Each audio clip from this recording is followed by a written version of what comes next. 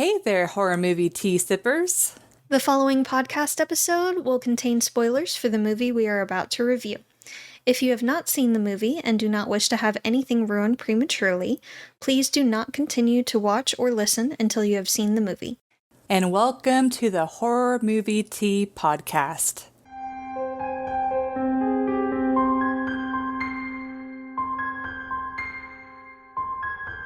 Today we are covering Abigail. But before we go into the review, let's grab our cups and talk about tea. So, we're doing a repeat of the Brutality's Tiramisu, which has black tea, toasted yerba mate, red rooibos, cocoa nibs, dark chocolate chips, marigold flowers, black magic English walnut, dark roast coffee beans, natural chocolate, hazelnut, and almond flavors. But we ended up putting vanilla bean syrup and some oat milk creamer, and that definitely It enhances the flavors. yes, definitely. It's one of those teas where you need to mix it with stuff. For those who previously tuned in, that was the one complaint that we had, was it was just It went a little too heavy in the coffee. Yeah. Too heavy on the coffee. But for our tea sippers out there, brew yourself a cup of tea, sit back, relax, and we hope you enjoy the review. So, Abigail. These people are hired to do a kidnapping for ransom, and they find out that it was a setup and that the little girl is actually a vampire, and it's essentially like a hunting game. And yeah, that's Abigail, which is better than the ChatGPT summary. I was like, Abigail 2024, Abigail the 2024 movie, and then Abigail the vampire movie, and every single one was wrong. Abigail the horror movie. Yeah, it's like just kept failing for some reason. Yep. I guess Abigail's a common name. Lots of literature and movies. Yeah. But yeah. Oh man, entertainment's a tough one. Because I will say I really enjoyed like more specifically the first 2/3 of the movie. But then later down, when it gets a little bit more gory, like specifically thinking about like the pool of bodies, and then yeah, that was a little sickening. I had a feeling that part would get you. And then just all of the fighting and stuff later, it just not only kind of like turns to be a little bit more like, oh, this is just like gross, but it also made the pacing of the movie change and feel a little bit slower for some reason, which is kind of ironic because it's like it's a little bit more like, I don't know, like I feel like the pacing of like the last part was a little bit, I don't know, could have been, at least for me, it felt a little bit stretched out. But I'm not saying like it's like particular scenes. We're like, okay, why did you make that scene so long? You could have like spent more time in another scene and stuff. But yeah. But I will say, I thought I really enjoyed the fact that they gave Abigail more backstory as far as like her relationship with her and her father. And how, like, she's really doing this for him in a lot of ways, but she knows that it's not going to give her the attention or love or acceptance that she's wanting. She's still hoping. Yeah. She can't help but hope. Yeah. I really like Abigail's relationship with the main character, too. Yeah. That was... The setup of that and then the continuation of that I enjoyed. And I mean there's two other characters that I really enjoyed. There's the big ol' kind of slow guy. He was my favorite. That runs into the door and is like, it's locked. I love him. I don't generally like the stupid characters, but I love him. And then the guy that was just like high up until the end. He was the first to go. The one. I'm glad he was the first to go. But the fact that he was like on a bicycle and would like ding ding ding ding like running out like Just an idiot. Yeah, but I enjoyed that. The other guy just embodied bless your heart. But like the characters, I will say, are nice in that you can distinctly tell them apart. And they're, you know, they're interesting enough. And they have like really good chemistry with each other. So, I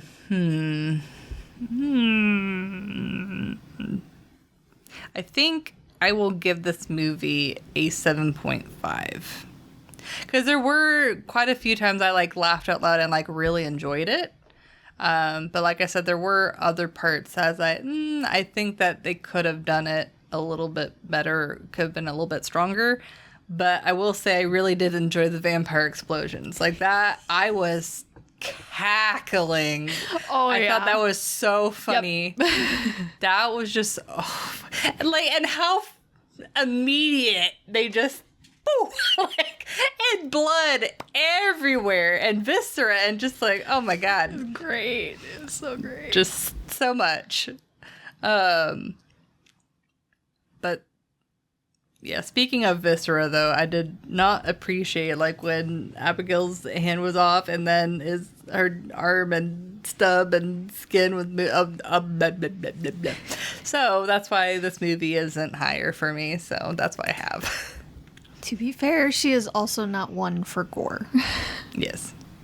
For those of you that are okay with gore, like me, it didn't bother me at all. It will be starting soon. Can I help you? Sorry. We have a bleeding candle, and I've been waiting since the previous recording for it to start oozing. And I see that's going to be starting any moment. I see a little on this side. Oh, it's just right there. Oh. Sorry. It's hard to have personal space in this recording table. It is. Anyway. Yes. I personally give it a 7.25. I would like to give it higher. I did have a ton of fun in this movie, but it just doesn't quite get there for me. There are other movies that I would go for first. But this one is a ton of fun. They know it's a spoofy kind of movie, and they lean into it with some things, but they don't lean too hard. I feel like. It's like spoofy, but also serious. Yeah. And it kind of depends on like what it is that they're doing. They at the really time. toe that line. Yeah. The characters do have great chemistry together. I absolutely, again, love the big guy. He barely has 2 brain cells to rub together. But I love him. I'm honestly really sad that he died. Normally, I'm the one that's like, please kill them first. To the stupid characters. But him, I'm just like, oh, sweetie. Everything he said was like, no. Really? He always repeated what they said or said something completely obvious, but I don't know what it is about that character. I was just like, oh, bless your heart, sugar. It's like he's almost like a teddy bear. He Like really he's just trying is. to be so helpful. I thought her name was Abigail.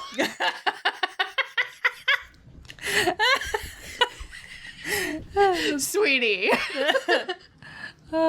He was great. He was awesome. Very well done. He does really well, though, in like everything else I've seen him in. Oh, it's the first movie I've seen of him. We'll get to another horror movie that he's in that he does really well in. Oh. He actually plays the lead in that.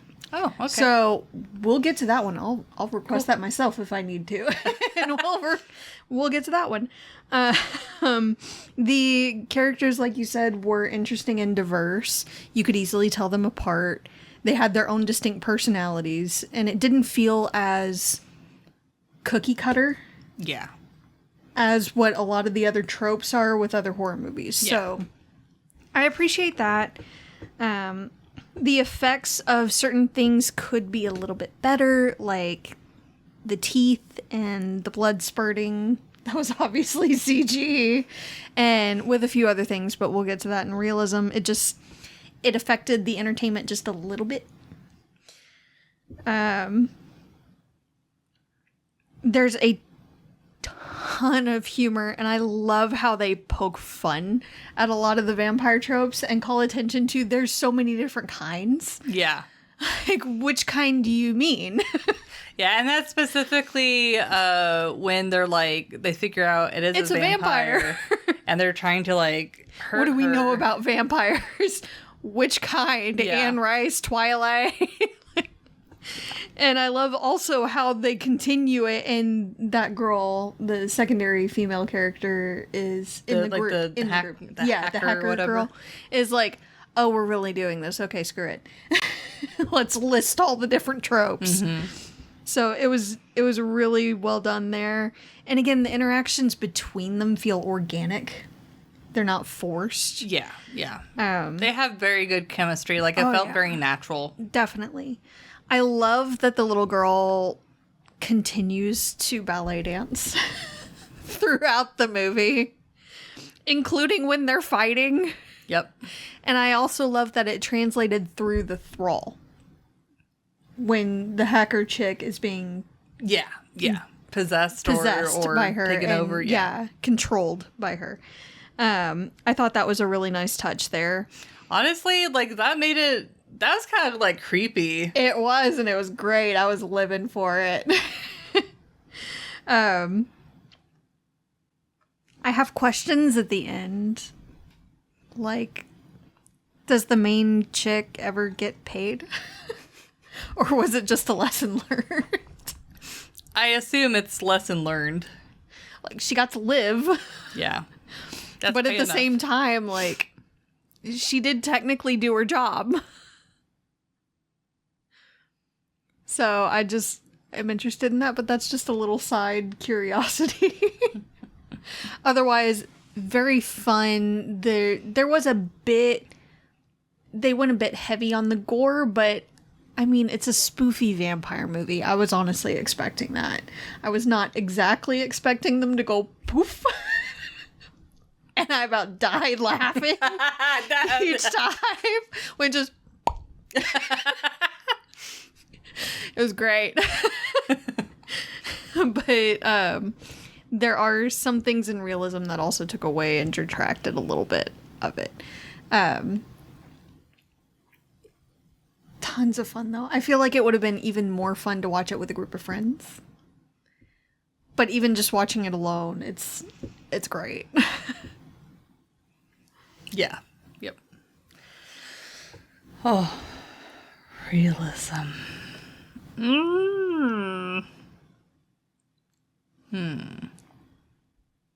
It's toughy. This one's a toughie.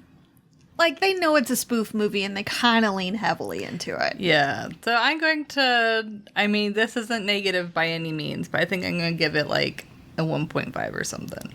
Or 2. I'm going to do a 1.5. I keep waffling a little bit. It's just... Well, like... Let me hear your reasoning first. Okay. So, you know, some of the things, like whenever the first character dies, like some of the gore and stuff like that is like leaning towards realistic. And some of the detail that they added to the stump is very well done. Yeah. But like exploding vampire bodies with viscera everywhere. And then also the character reactions to the deaths, like that's where it kind of got a bit spoofy sometimes too, I feel like. Not always, but I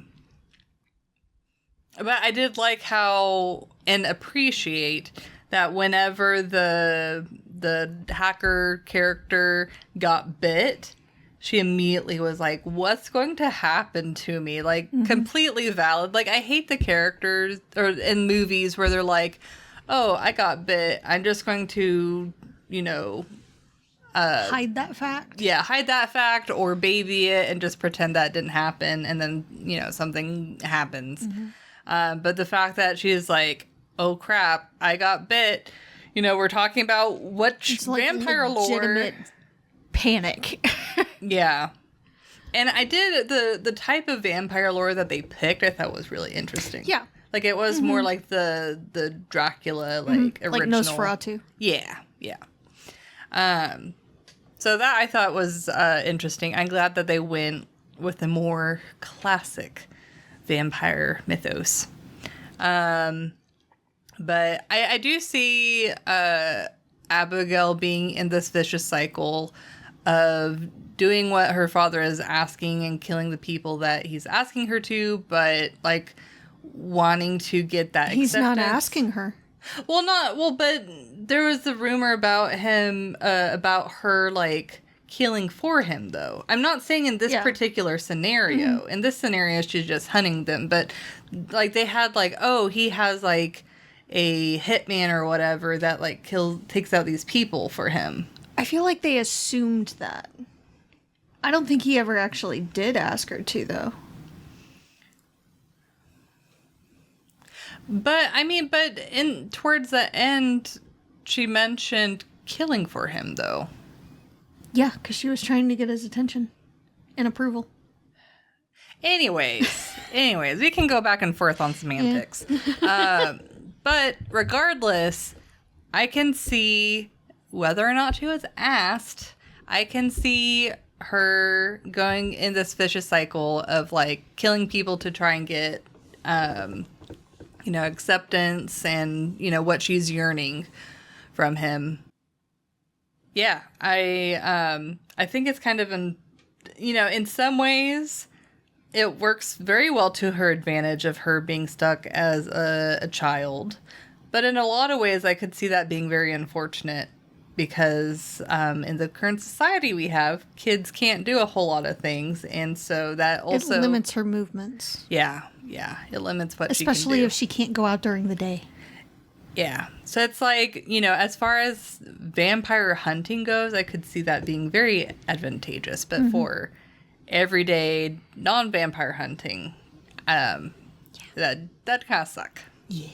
Especially since, like, with the way she's talking and stuff, she's still, like, maturing. Because I think she said, like, several hundred years old? Or... She said at least a couple centuries. She said she had centuries of practice. Yeah, so she's definitely more, like, mentally mature than a child. And that would probably, at least it drive me nuts. Oh, yeah. To be stuck in a body that doesn't match, like, what you're... That'd be a problem. Yeah, mental age and stuff, so, yep. But overall, I did really enjoy the movie, but it's not that realistic.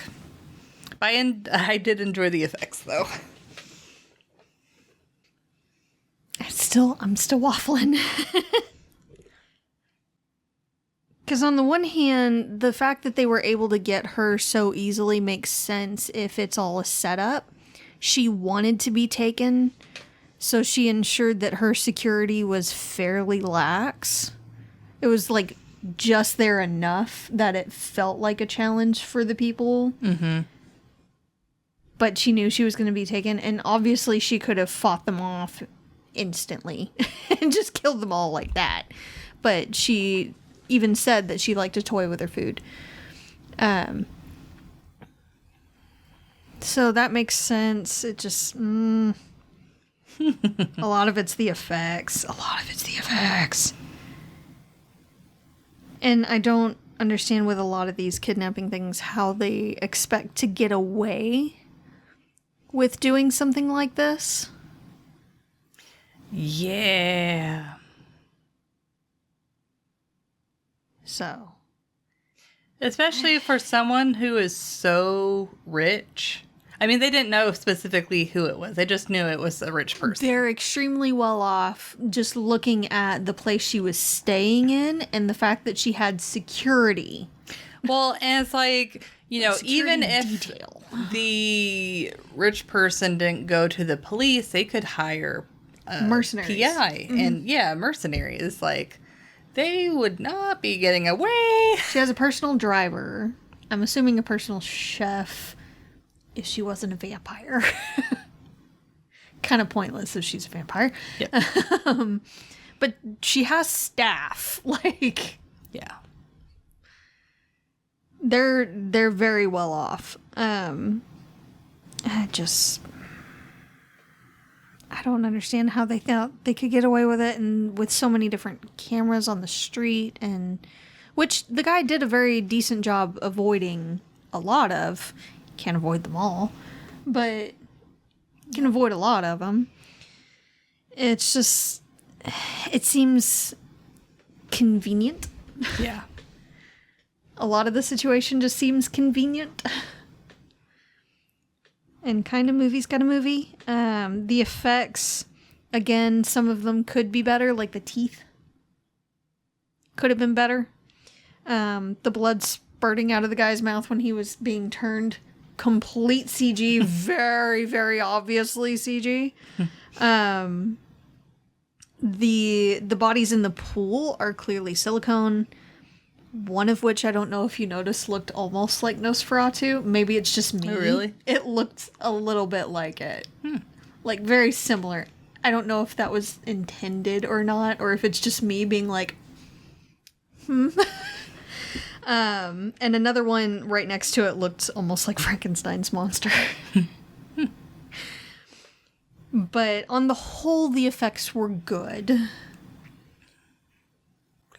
I don't know. I feel like maybe a 2. Kind of split the difference of what I'm waffling between and go with a 2. Yeah. That's what I do. Because the interactions were really good. And for the most part, they made good decisions. For the most part. And their reactions to different situations were believable. So, yeah, I'm going to go with a 2. Just split the difference and go with a 2. I do, though, want to mention that when Hacker Chick is being controlled as a thrall, I feel like she could have acted a little less obvious through the thrall. I know movie's got a movie. But I still feel like, as smart as she was, she would have acted a little better and a little less obvious. Also, there's an inherent issue, like you were mentioning, with her being turned so young. Like, there's a reason that a lot of different books and movies make it a point to say turning children is a very bad idea. Because the brain doesn't fully develop until, like, mid-20s, actually.